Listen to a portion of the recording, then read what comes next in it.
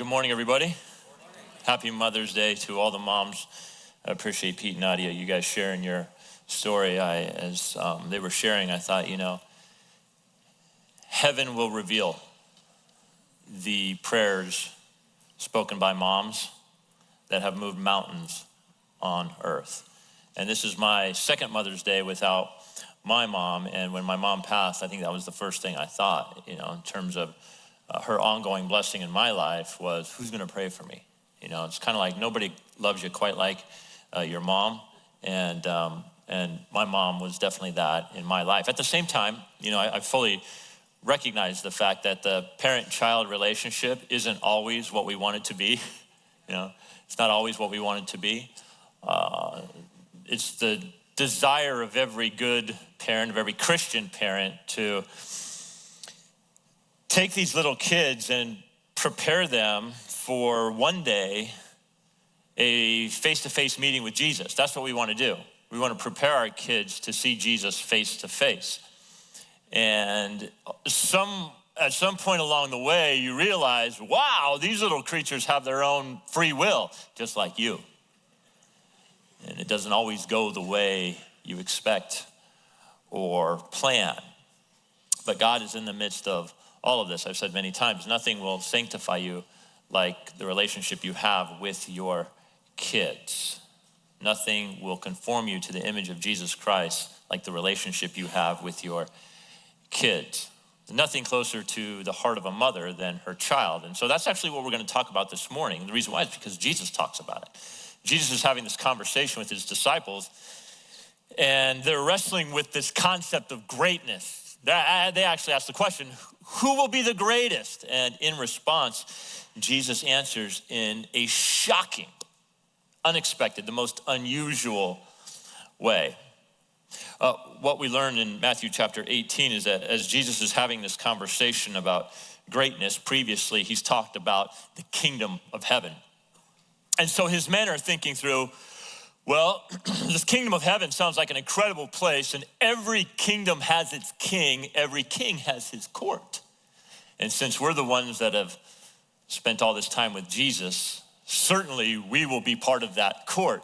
And then it gets very human-like, the conversation, because they begin to think, well, what place will I have?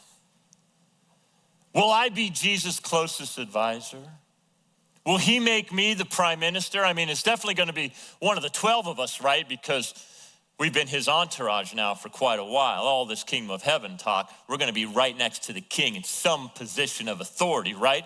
Luke tells us that during this conversation, it actually turns into an argument. Luke chapter 9, verse 46. An argument arose among them as to which of them was going to be the greatest, which is crazy. You have to love how relatable these guys are. In their midst is the most humble person who ever walked the earth. His entire life was one of service. You would think they'd pick up that clue, but instead they start to think, I want this front row seat in the life to come. I want to be the greatest.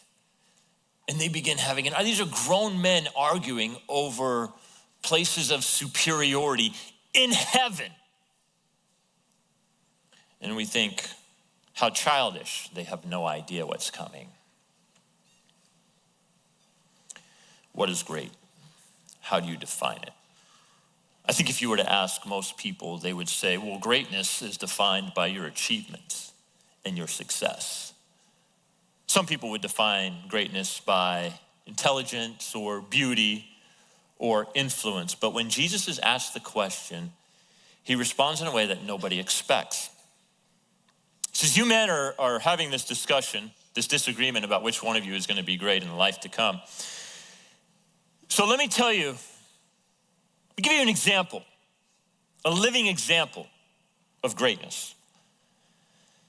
And he calls to himself a little kid and he says, be like this child. Now, I would imagine if you're a grown man arguing amongst your friends about what you're going to get, what's coming to you. And Jesus says, you've got it all wrong. This little kid, he knows more about greatness than all of you. So in Matthew chapter 18, we get more details regarding this conversation. At that time, the disciples came to Jesus saying, who is the greatest? Solve this argument for us. Who's it gonna be, Jesus? Which one of us? Who's gonna be the greatest in the kingdom? And calling to him a child, he put him in the midst of them. And he said, truly I say to you, unless you turn, and the word literally describes someone who is walking in a direction and then changes direction. You got to change the way you're thinking, gentlemen. Turn and become like children. You will never enter the kingdom of heaven. Whoever humbles himself like this child is the greatest in the kingdom of heaven. So the disciples are trying to position themselves. Every kingdom has its hierarchy. Every society has its hierarchy. You have those at the top and those at the bottom. And these men are thinking they're going to certainly be somewhere near the top. They're thinking in terms of greatness as the world defines it. And if you do this, you're in trouble, and I'll explain why. It's like this. If you want to be great, it's going to come at some cost. If you want to be great by worldly standards, you probably won't even be a good person. If you want to be great according to the world's standards, chances are you're probably going to turn out to be a rotten person.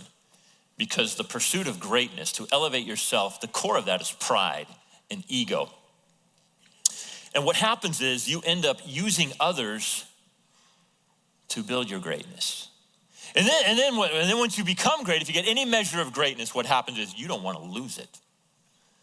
So you'll do whatever it takes to keep it, which also involves your pride, your ego, elevating yourself above others. So if greatness is something to be fought over and won, then your life is going to be one long struggle because that fight will never end for you. The Old Testament gives several examples of how this plays itself out. At one point in the nation of Israel's history, they wanted to be just like every other nation. They had been ruled by judges, and they decided, you know what? We're tired of this. We want to be like the other nations. We want a monarchy. We don't want judges. We want a monarchy. We want one individual, one man to rule over us. And God's like, well, if that's what you want, it's not going to go well for you, but okay. And so they choose for themselves a man who is very kingly in stature and appearance. He's a leader.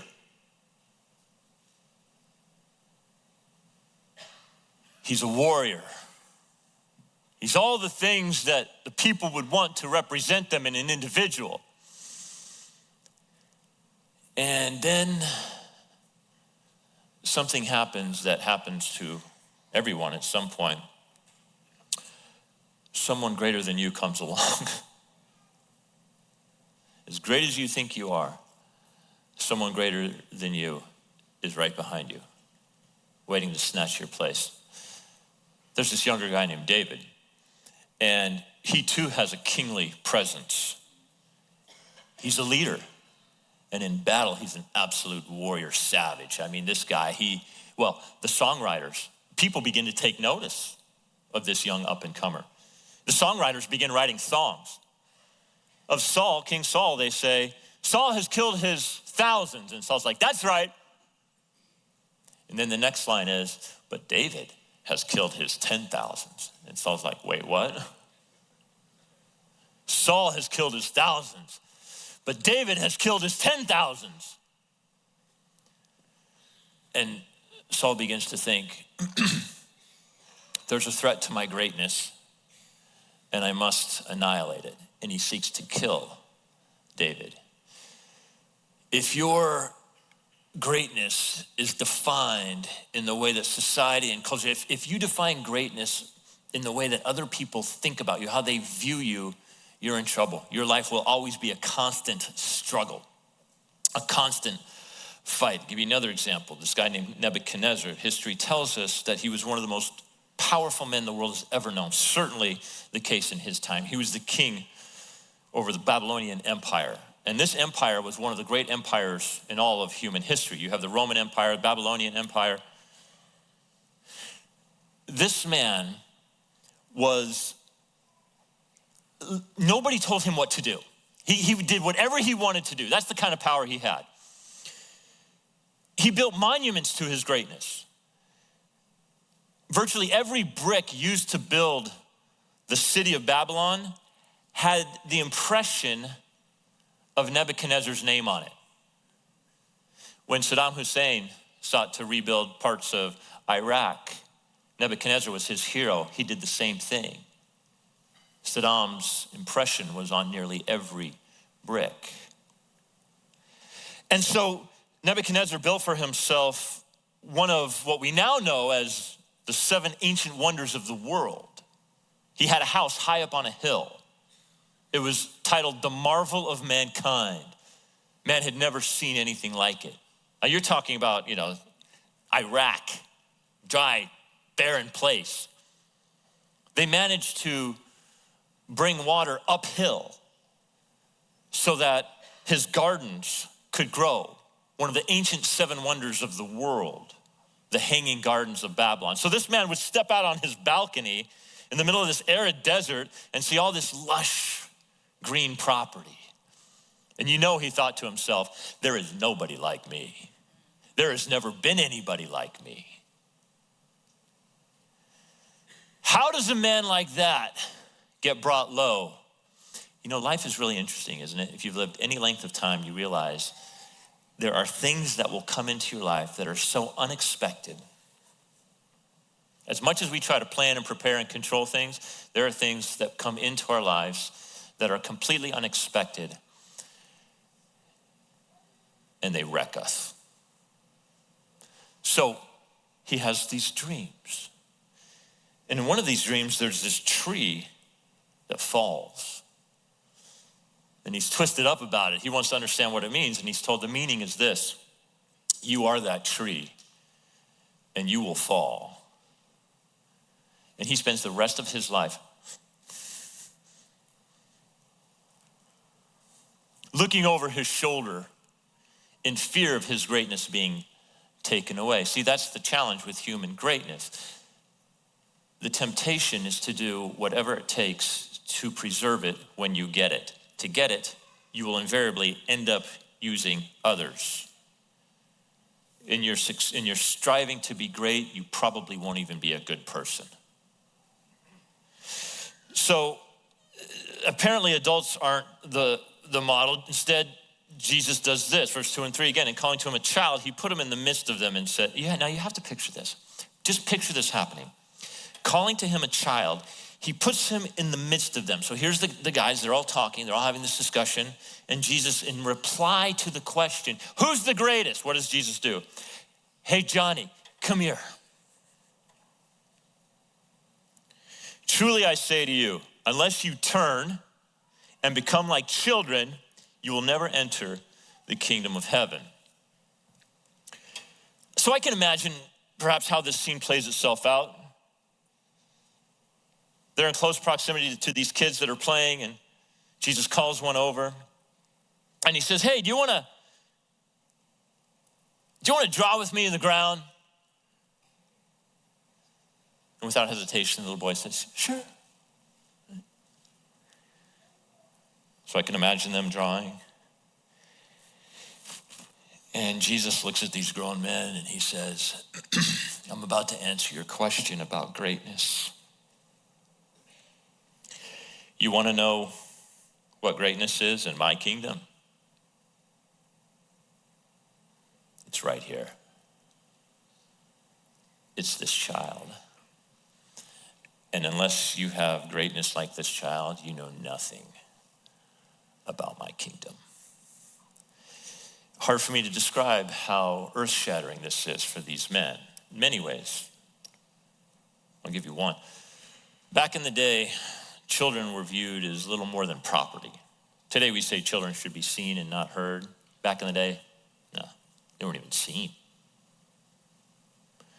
And remarkably, Jesus takes a child and says, no, the child understands greatness. What is he talking about? It's like he's not even having a conversation with this kid about greatness. Well, what do you think greatness is, little boy? There's no conversation there. He just says, look at him right now. This is greatness. What is he talking about? Well, there's something special about little kids. Little kids have this innocence to them. This is why when something happens to a child, it's especially gnarly, because it's like their innocence is taken away from them. And little kids, they're not thinking about social order. They're not thinking about having a place of higher privilege than someone else. They just don't have that concept. You know, it's like a little kid runs up to you in diapers, and they're not asking you this question. Are you an influencer? Because I only allow influencers to change my diapers. Or kids don't encounter each other and go, are you royalty? They don't do that. Kids walk up to each other and they're just like, do you want to be my friend? Sure, I'll be your friend. Okay, great, let's go play. That's what Jesus is referring to. It's like you guys are all consumed about this place of privilege and honor in the life to come. First off, you need to learn from me. Secondly, grow up like a child. You think he's concerned with the things you are? Do you think he's stressed out about what seat at the table he's gonna have? He's not thinking about any of that stuff. I call him over here and he comes, and that's it. But it doesn't end there. I see Jesus saying more, and here's why. The word he chooses to use for little ones is a really interesting Greek word. It's paideia. And this same word is used to describe people who are marginalized. This is a word that was used to describe servants and slaves, not just little kids. Now, he could have chosen other words to describe. He could have chosen the word teknia, which is a term of endearment for little kids. He doesn't use that word. He uses this word, paideia. It's really interesting. And I think what he's saying is, like this little child, not concerned about the social status of those that he's around, unlike you. Unlike you, he's not concerned about whether or not this person can elevate his position in life. He's not even thinking about that. But you see, you are. And this is the ministry of Jesus, because he was constantly hanging out with the outcasts. He was hanging out with the prostitutes, the sinners, tax collectors, women that's demon-possessed. These are the people that love to be around Jesus. And every single culture has this problem because it's within the human heart. Everybody looks down on someone else. Everybody. I don't care what society, you try to elevate these societies that have these very high happiness ratings. It's really interesting because they turn out to be extremely homogeneous because they look down on other people. And it's everywhere. And so it surprises people to know that there is something that has this remarkable ability to bring about social cohesion. And you know what that thing is? Christianity. Christianity is the one thing in this world that promotes social cohesion, and here's why. Only in Christianity do you have this concept of man being separated from God, so much so that there is no possible way he could earn his way to God. So God has to do for him what man can't do for himself. He doesn't deserve it. He cannot earn it. It's completely and all on God. That's extraordinarily humbling. See, the one thing that unites all of humanity, we're all sinners separated from God. At the foot of the cross, the playing field is absolutely level. No room for pride or arrogance. Additionally, the Christian understands that he or she deserves nothing. Nothing. And every good thing we have comes to us from God. That's James. James says every good and perfect thing comes to us from the Father of lights, who never changes. And so if you view what you have as a gift, you're going to be more inclined to share what you have with others instead of using and manipulating others to get what you want. But if you define greatness according to human standards, you're going to be using things and people all the time to elevate yourself. And here it gets even gnarlier, right? Because this is also in the human heart. What happens is you begin to think, I deserve every good thing. And then it's a very small step from that phrase to this one. Not only do I deserve all good things, but I deserve more than you. I deserve more than you.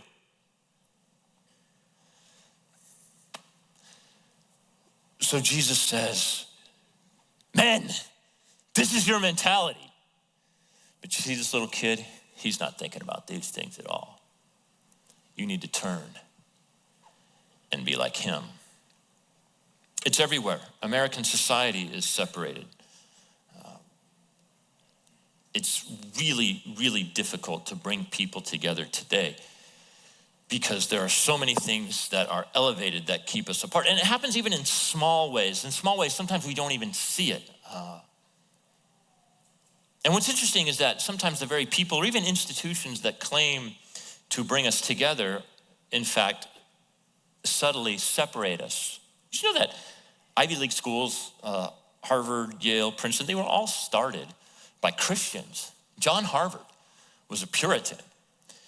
And these people believed that if we could get the Bible into the hands of society and its members, and they would read the Bible and they would understand who Jesus is and the way he lived his life in humility, then the world will be a much better place. It was originally Harvard Divinity School. Even its colors, crimson and white. The class of 2025 at Harvard is the school's most selective class in its history. About 4%. 96% rejection rate. Only 4% get accepted. And so the halls of these Ivy League schools are constantly preaching things like togetherness and inclusivity, and yet they are some of the most exclusive places on the planet. They will reject you, you understand, because you don't meet their strict standards of inclusion. But you're not smart enough to figure that out. So my point is, it's everywhere. You know, this sense within the heart is in overt and covert way, but it's everywhere. Let's be real about it. It's everywhere. So this is why I said there's only one thing that promotes social cohesion, and that is Christianity. And if you want to be great, Jesus says, be like this child. But then he identifies it for you. He says, okay, here's the characteristic. You ready? Humility. What is it about this kid? Jesus tells you, be humble. Be humble like this child. Whoever humbles himself like this child is the greatest in the kingdom of heaven. You guys aren't thinking in terms of humility. You guys probably don't even know what humility is. So Jesus says, be like this little boy. Wouldn't it be great if we had a living, breathing example of humility? Like someone who walked the planet. Wouldn't it be great if it wasn't just like someone that, like a fable, but like a real life person? We have it. Of course, it's Jesus. Paul in Philippians chapter 2 writes this, do nothing from selfish ambition or conceit. That's really hard. How do you do that? Well, you have to have a mindset, an attitude, but in humility, count others more significant than yourself. It's been said that everybody wants to be a servant until you get treated like one. Sure, I'll serve. And then someone says, hey, I need you to do this, this, this, that. And you're like, wait a minute, don't tell me what to do.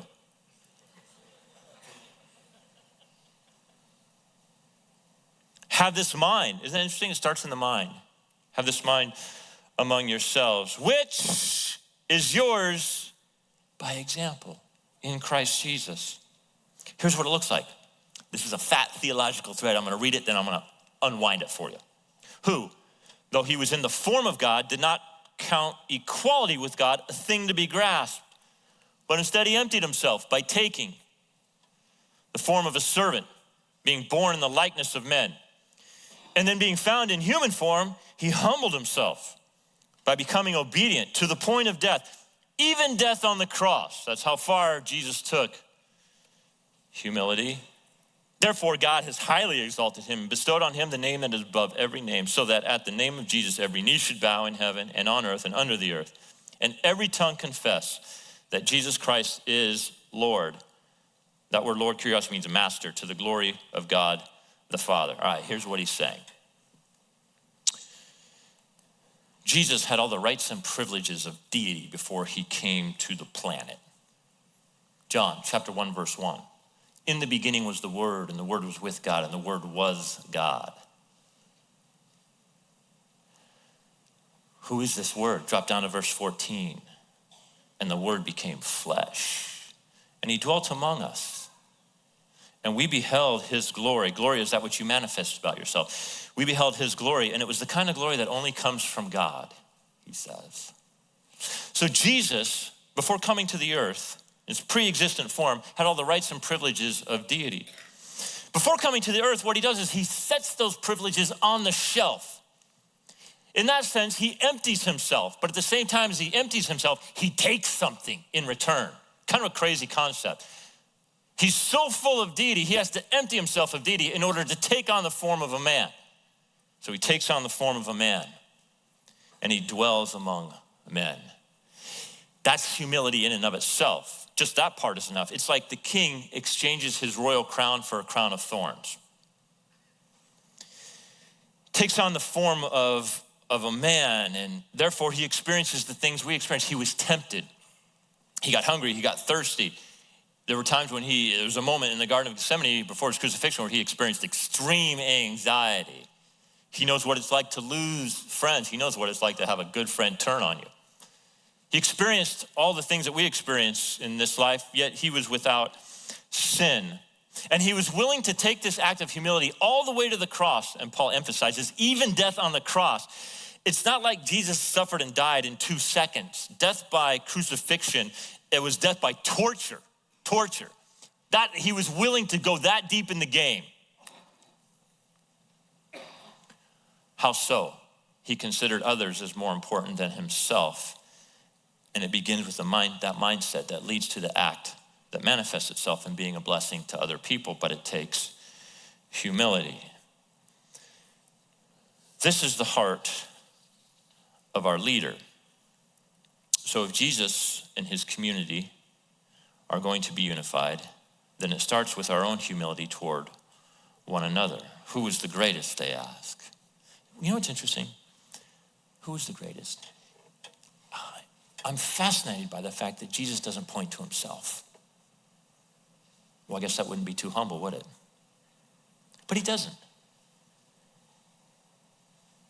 He points to a child, and in doing so, he gives them a glimpse into his own nature.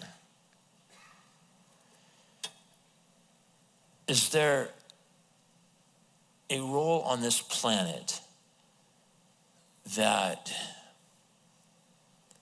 is more humbling and sacrificial than that of a mom? When Jesus approaches Jerusalem, he's about to have a crazy week. He approaches Jerusalem, and before he enters, this happens. He says, "Oh, Jerusalem, Jerusalem, the city that kills the prophets and stones those who are sent to it. How often would I have gathered your children together?" This is mothering language. "As a hen gathers her brood under her wings. But you were not willing." I'm convinced that God creates these roles in life to give us a glimpse of his heart. You want to know what humility looks like? Here's a child. You want to know what servanthood looks like in humility? Here's a mom.